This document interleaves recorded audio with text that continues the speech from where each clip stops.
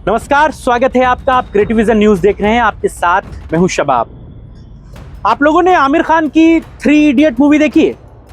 ज़्यादातर लोग कहेंगे कि बिल्कुल देखी है। उसका एक प्लॉट है, एक सीन है जिसमें आमिर खान, शर्मन जोशी और आर माधवन जब एग्ज़ाम का रिजल्ट देखने जाते हैं तो वो लोग कहते हैं कि अपना रिजल्ट नीचे से देखना। तो जब वो लोग नीचे से देखना शुरू करते हैं तो उसमें शर्मन जोशी और आर माधवन का तो नाम होता है, लेकिन आमिर खान का नाम नहीं होता।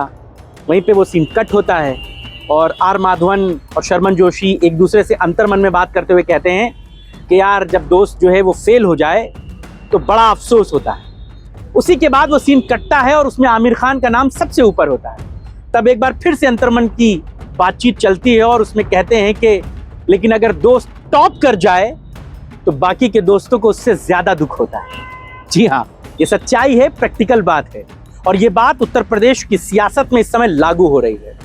समाजवादी पार्टी और कांग्रेस लोकसभा चुनाव से पहले गठबंधन में आए, एक दूसरे के दोस्त बन गए। लेकिन कांग्रेस चूंकि राष्ट्रीय पार्टी थी, उसको ये लगता था कि समाजवादी पार्टी के साथ वो गठबंधन में चुनाव लड़ेगी तो उसको ज्यादा फायदा होगा बनिस्बत समाजवादी पार्टी। लेकिन जब नतीजे आए तो सब हक्के बक्के रह गए। समाजवादी पार्टी 33 सांसद जीत गई और कांग्रेस 6 सांसद जीत गई। उस समय शायद कांग्रेस और राहुल गांधी को अपने दोस्त के टॉप करने का बहुत ज्यादा खुशी नहीं हुई। अब वो मलाल राहुल गांधी की जुबान से दिख रहा है और वो बोल रहे हैं। ये बात रायबरेली में सुनने को और देखने को मिली है। राहुल गांधी रायबरेली अपने संसदीय क्षेत्र के 2 दिवसीय दौरे पर आए थे। उन्होंने अपने दौरे के दौरान बहुत सारे छोटे मोटे कार्यक्रमों में हिस्सा लिया। उसमें एक कार्यक्रम था जो दलित बच्चे थे उनके साथ उनका एक गेट टुगेदर था, एक सीधा संवाद था। वहां पर किसी ने उनसे एक सवाल पूछा कि आप मायावती की पॉलिटिक्स को लेकर क्या सोचते? तो राहुल गांधी ने जो बयान दिया वो आपको जरूर सुनना चाहिए। राहुल गांधी ने ये बात कही कि हम 2024 के गठबंधन के मौके पर, 24 के चुनाव में जो गठबंधन हुआ था इंडिया ब्लॉक का, उसमें हम मायावती को भी चाहते थे। मायावती इस गठबंधन में नहीं आई, अगर वो आती तो हम और मजबूती से चुनाव लड़ सकते थे और हमारी सीटें और बढ़ सकती थी। हालांकि समाजवादी पार्टी के साथ चुनाव लड़ने का कांग्रेस को बड़ा फायदा हुआ है। कांग्रेस जो उत्तर प्रदेश में महज 2 सीटों पर घूम फिर के रहती थी, वही रायबरेली, वही अमेठी, इन्हीं 2 सीटों पर उसकी जोर आजमाइश होती थी। उन 2 सीटों के अलावा भी इस बार राहुल गांधी समेत 6 सांसद उत्तर प्रदेश से जीते, जो कांग्रेस के लिए बड़ी बात है। लेकिन राहुल गांधी का ये बयान उत्तर प्रदेश के सियासी गलियारों में बहुत सारे सवाल पैदा कर रहा है। इन सवालों को आपको समझाऊंगा, लेकिन उससे पहले राहुल गांधी का वो बयान आप सुनिए। चाहते थे कि बहन जी बीजेपी के विरोध में हमारे साथ लड़े, मगर मायावती जी किसी न किसी कारण नहीं लड़ी।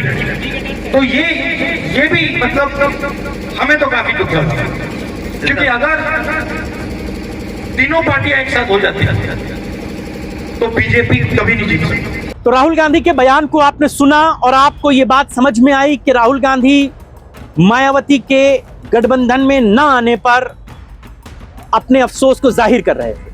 लेकिन इस बात को मायावती ने राहुल गांधी की गेंदबाजी जिस तरीके से हो रही थी उसको वैसे फेज नहीं किया। उन्होंने उस गेंद पर छक्का मार दिया। मायावती ने पिछले कई दिनों से कांग्रेस और उससे जुड़े हुए लोगों पर बहुत सीधी टक्कर ली, फिर चाहे वो उदित राज के बयान हो, क्योंकि राहुल गांधी के बयान से पहले उदित राज जो कांग्रेस के बड़े नेता हैं वो प्रेस कॉन्फ्रेंस कर रहे थे। उन्होंने एक्स पर पोस्ट भी किया था जिसमें उन्होंने मायावती पर एक बड़ी अमर्यादित टिप्पणी की। उन्होंने कहा कि मायावती का गला घोट देना चाहिए क्योंकि उन्होंने दलितों के हित में जो काम किए जा रहे थे वो नहीं किए। ये उत्तर प्रदेश में एक बड़ा सियासी संग्राम लेकर आया था। उस ट्वीट को भी आप देख पा रहे हो। तो उदित राज जो दलितों के बड़े नेता के तौर पर अपने आप को कांग्रेस में एस्टैब्लिश मानते थे, उनके इस बयान के बाद मायावती और बहुजन समाज पार्टी फायर हो गई उदित राज और कांग्रेस पर, और लगातार फिर चाहे मायावती हो, आकाश आनंद हो, सतीश चंद्र मिश्रा हो, दूसरा कोई बड़ा नेता हो, वो सब लगातार उदित राज पर फायर दिखे। और देश भर में उदित राज पर कई जगहों पर एफआईआर को भी बहुजन समाज पार्टी के कार्यकर्ताओं ने दर्ज कराया है। लखनऊ में तो बहुजन समाज पार्टी के कार्यकर्ताओं ने बाबा साहेब की मूर्ति के नीचे उनके खिलाफ विरोध प्रदर्शन भी किया। बात यहां पर उदित राज के बयान को मैं इसलिए कह रहा हूं कि जो दलितों के वोट की सेंधमारी के लिए कांग्रेस उत्तर प्रदेश में कोशिश कर रही है, तो ऐसे में उसकी सबसे बड़ी टक्कर मायावती से ही है। और कांग्रेस की ही क्यों, दलितों पर अगर कोई अपना अधिकार, अपनी राजनीतिक छाप को छोड़ना चाहता है तो उसकी पहली लड़ाई मायावती से ही होगी, क्योंकि मायावती उत्तर प्रदेश में दलितों की सबसे बड़ी नेता है और दलित समाज उन पर बड़ा भरोसा करता रहा है। लेकिन पिछले कुछ समय से 2017 के बाद से लगातार जो दलित वोट बैंक है वो मायावती से छिटका है, और उसकी क्या दुर्दशा हो गई है ये आपसे छुपा नहीं है। दिल्ली के विधानसभा चुनावों के नतीजों के बाद मायावती ने एक बार फिर आकाश आनंद को शंड कर दिया और बहुत सारे राजनीतिक घटनाक्रम देखने को मिले हैं। ये बात फिर किसी दिन और होगी मायावती के हाशिए पर जाने की। लेकिन राहुल गांधी ने जो बात मायावती पर की, मायावती ने उस पर बहुत सख्त लहजे में टिप्पणी की। राहुल गांधी इनडायरेक्टली मायावती को बीजेपी की बी टीम बता रहे थे। वो ये कहना चाहते थे कि मायावती को जितनी फोर्सफुली, जितनी ताकत से चुनाव लड़ना चाहिए था वो नहीं लड़ी, और उसका नतीजा ये हुआ कि उत्तर प्रदेश में भारतीय जनता पार्टी 33 सीटें जीत गई, जबकि समाजवादी पार्टी को 37 सीटें मिली। अब ये बात अपने आप में बड़ी गंभीर हो जाती है। ये बात आंकड़ों के लिहाज से सही भी होती है। आप ये बात समझिए कि उत्तर प्रदेश में जब 2024 के लोकसभा चुनाव हुए थे, उनमें समाजवादी पार्टी और कांग्रेस कोलैबोरेशन के साथ चुनाव लड़ी थी। समाजवादी पार्टी तकरीबन 37 सीटें जीती थी और उसका वोटिंग परसेंटेज जो था वो 33.8 या मोटा मोटा मानिए 34% के आसपास उसको वोट शेयर मिला। जबकि कांग्रेस जो 6 सांसद जीती थी उसके पास 9.5 के आसपास वोटिंग परसेंटेज था। मायावती बसपा, जिसने 79 यानी कि 80 में से एक कम सीट पर चुनाव लड़ा था, उसने चुनाव तो कहीं नहीं जीता, लेकिन जो उसका वोटिंग परसेंटेज था वो कांग्रेस के बराबर था। लगभग 9.5 वोटिंग परसेंटेज उसे 2024 के लोकसभा चुनाव में मिला था। यानी कि राहुल गांधी भी ये बात जानते हैं कि दलितों पर अभी भी मायावती का एक बड़ा होल्ड है। वो चुनाव भले ना जीत पाए, लेकिन दलितों की वो बड़ी नेता हैं और 2024 में वो दिखा भी। राहुल गांधी ने यही बात रायबरेली में कही कि अगर हम तीनों यानी कि गठबंधन के 3 बड़े राजनीतिक दल कांग्रेस, समाजवादी पार्टी और बहुजन समाज पार्टी अगर एक साथ चुनाव लड़ जाते तो ये वोटिंग परसेंटेज 52% से भी ज्यादा हो जाता, और ऐसे में भारतीय जनता पार्टी जिसके पास 33 सीटें हैं वो उससे खिसक कर 20-22 पर रह जाती। राहुल गांधी की बात उत्तर प्रदेश के राजनीतिक आंकड़ों के हिसाब से ठीक है, लेकिन मायावती ने राहुल गांधी के इस बयान को हाथों हाथ नहीं लिया। उन्होंने उस पर ऐसी टिप्पणी की कि राहुल गांधी भी बैकफुट पर हो गए। उन्होंने कहा कि जो कांग्रेस हम पर बीजेपी की बी टीम होने का एलिगेशन लगा रही है वो अपने गिरेबान में झांके दिल्ली में उसने क्या किया है। और ये बात भी जाहिर है, दिल्ली में कांग्रेस ने आम आदमी पार्टी के खिलाफ अपने सभी प्रत्याशी उतारे। नतीजा क्या हुआ कि उसका एक भी विधायक नहीं जीता। उसके 70 विधानसभा सीटों में से अधिकतर सीटों पर जमानतें जब्त हो गईं। यानी कि वो पार्टी जो कभी दिल्ली की सरताज हुआ करती थी वो अपना एक विधायक जिताने के लिए दर दर भटकती नजर आई। सबसे बड़ा मामला तो दिल्ली की उस सीट पर देखने को मिला जहां केजरीवाल चुनाव मैदान में। यहां से प्रवेश वर्मा भारतीय जनता पार्टी के विधायक की जीते, केजरीवाल हारे, और प्रवेश वर्मा के चुनाव जीतने और केजरीवाल के चुनाव हारने में जितना वोटिंग परसेंटेज था और जितने वोट चाहिए थे, करीबन जितना चाहिए था वो उतने वोट शीला दीक्षित के बेटे जो थे उनको मिले। यानी कि अगर शीला दीक्षित के बेटे वहां से चुनाव नहीं लड़ते तो शायद केजरीवाल चुनाव जीत जाते। यह बात मैं आपको इसलिए बता रहा हूं क्योंकि 70 में से 90% सीटों पर कांग्रेस के प्रत्याशियों की जमानत जब्त हुई, लेकिन उसने केजरीवाल के लिए कम से कम 25 से 30 सीटों पर डेंट लगाए। उनमें से 13 सीटें मुस्लिम बाहुल ऐसी हैं जहां पर आम आदमी पार्टी को जो परफॉर्मेंस देनी चाहिए थी वो नहीं दे पाई। और इस बात को लेकर कांग्रेस के आला कमान और कांग्रेस की जो कार्यशैली है उस पर एक बार फिर सवाल खड़े हुए कि आप बीजेपी के लिए काम कर रहे थे, उनकी बी टीम के तौर पर काम कर रहे थे। नतीजा यह हुआ कि केजरीवाल और आम आदमी पार्टी रेस से बाहर हो गई। ये बात मायावती ने एक्स पर पोस्ट करके राहुल गांधी और कांग्रेस पर कही। लेकिन यहां से यह बात समझिए कि क्या राहुल गांधी को समाजवादी पार्टी के साथ आने की उतनी खुशी नहीं रही जितनी मायावती के गठबंधन में न रहने की रही। यानी कि राहुल गांधी मायावती के साथ आने की तो वकालत कर रहे थे, लेकिन उन्होंने इस बात को एक बार भी नहीं कहा कि समाजवादी पार्टी के साथ रहने से हमें बड़ी मजबूती मिली। क्या राहुल गांधी मायावती पर अब भी 27 के चुनावों में डोरे डाल रहे हैं? क्योंकि समाजवादी पार्टी से उसकी जो खटास है, जो बातचीत है, वो बहुत बेहतर नहीं चल रही है। ये आपको भी पता है। दिल्ली के चुनाव में भी अखिलेश यादव कांग्रेस के किसी प्रत्याशी के लिए प्रचार करने नहीं गए, बल्कि वो केजरीवाल के प्रत्याशी के लिए प्रचार करने गए। तो क्या कांग्रेस समाजवादी पार्टी से इतर एक और पिच तैयार कर रही है, जहां पर अगर समाजवादी पार्टी से कुछ अनबन रही सीटों के बंटवारे पर, तो वो उस विकल्प को अडॉप्ट कर लेगी और वो विकल्प बहुजन समाज पार्टी है?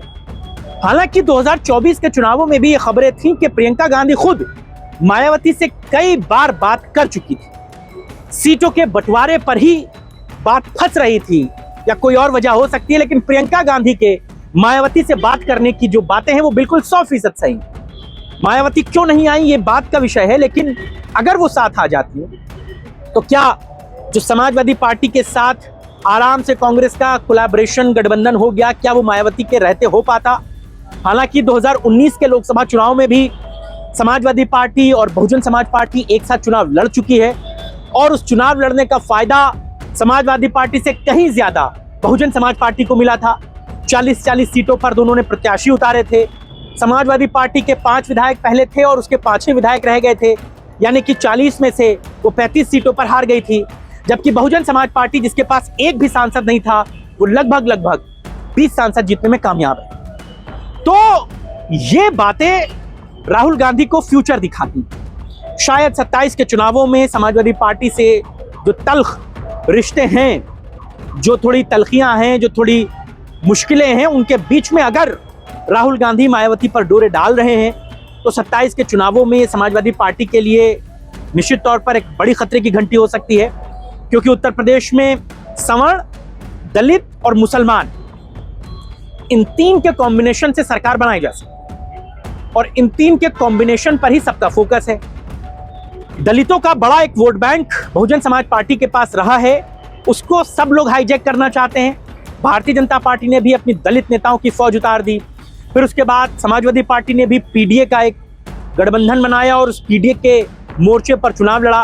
कांग्रेस भी इंटरखाने ये खबरें हैं कि जो बहुजन समाज पार्टी से रूठ कर गए दलित नेता हैं, उनको अपने पाले में लाने की कोशिशें कर रही है, और इसके लिए बड़े कांग्रेस के नेताओं को भी लगाया जा रहा है। तो दलित, सवर्ण और मुसलमानों की पॉलिटिक्स को ग्रैब करने के लिए राहुल गांधी मायावती पर डोरे डाल रहे हैं। और अगर इन बातों में मायावती अगर थोड़ा सा भी पिघल जाती हैं तो समाजवादी पार्टी के लिए निश्चित तौर पर उत्तर प्रदेश की राहें मुश्किल हो जाएंगी। अब राहुल गांधी के मन में क्या है ये तो आने वाला वक्त बताएगा, लेकिन राहुल गांधी के इस बयान ने उत्तर प्रदेश में सियासी गलियारों को एक बार फिर से राजनीतिक हवा दे दी है। अखिलेश यादव जो कल तक बड़े कंफर्ट जोन में चल रहे थे, अब उनके माथे पर शिकन की लकीरों को साफ पढ़ा जा सकता। अखिलेश यादव राहुल गांधी के इस बयान के बाद कांग्रेस के लिए क्या फॉर्मूला निकालेंगे, इस पर सबकी निगाहें रहेंगी। लेकिन पिछले काफी लंबे समय से कांग्रेस की जो उत्तर प्रदेश की इकाई है, उसकी अखिलेश यादव की टीम के साथ जो मेल मोहब्बत होनी चाहिए थी वो नहीं दिखी। अजय राय कई मामलों में खुलकर अखिलेश यादव की मुखालफत कर चुके हैं। फिर चाहे 10 सीटों का जो उपचुनाव गुजरा है उसमें सीटों के बंटवारे की बात हो, बात नहीं बनी। कांग्रेस ने दिल छोटा करके किनारा जरूर किया, लेकिन वो समाजवादी पार्टी के साथ भी नहीं आई। नतीजा ये हुआ कि बहुत लंबी लड़ाई रही और 2 सीटों पर ही महज समाजवादी पार्टी जीत पाई। तो राहुल गांधी का ये बयान रायबरेली में दिया जो गया है, उससे मायावती पर असर पड़े ना पड़े, समाजवादी पार्टी पर जरूर असर पड़ा है और अखिलेश यादव को इसकी काट ढूंढनी होगी, क्योंकि फ्यूचर में 27 का रण बड़ा भारी है और भाजपा यही चाहेगी कि ये तीनों आपस में सिर फोड़ लें और उसका बड़ा फायदा भाजपा को मिल जाए। समाजवादी पार्टी इसका कैसे तोड़ निकालेगी, क्योंकि इन सारी गणित में समाजवादी पार्टी को ही बड़ा रोल निभाना होगा और कांग्रेस को बड़ा दिल दिखाना होगा। अगर बसपा के साथ चीजें नहीं बनी तो कांग्रेस सिर्फ छोटे लाभ के लिए, जो उसने दिल्ली में किया, सिर्फ छोटे लाभ के लिए जो उसने दूसरे राज्यों के चुनावों में किया, मध्य प्रदेश, झारखंड, हरियाणा, जम्मू कश्मीर, तमाम उन राज्यों में, महाराष्ट्र में, कि हम अपनी लोकल इकाई के साथ लड़ेंगे और नतीजा ये रहा कि वो सरकार बनाने से चूक गई और दूसरे लोगों के लिए भी उसने नुकसान किया। तो इन बातों का उसे भी ख्याल रखना होगा। खैर, सियासत के गर्भ में बहुत कुछ है और कैसे इन चीजों पर भविष्य में मोहर लगेगी इस पर सबकी निगाहें रहेंगी। आपको चर्चा कैसी लगी हमें जरूर बताइएगा और इस बयान को लेकर आपकी भी अगर अपनी कोई प्रतिक्रिया है उसे हमें जरूर लिख भेजिएगा। फिलहाल इतना ही। नमस्कार।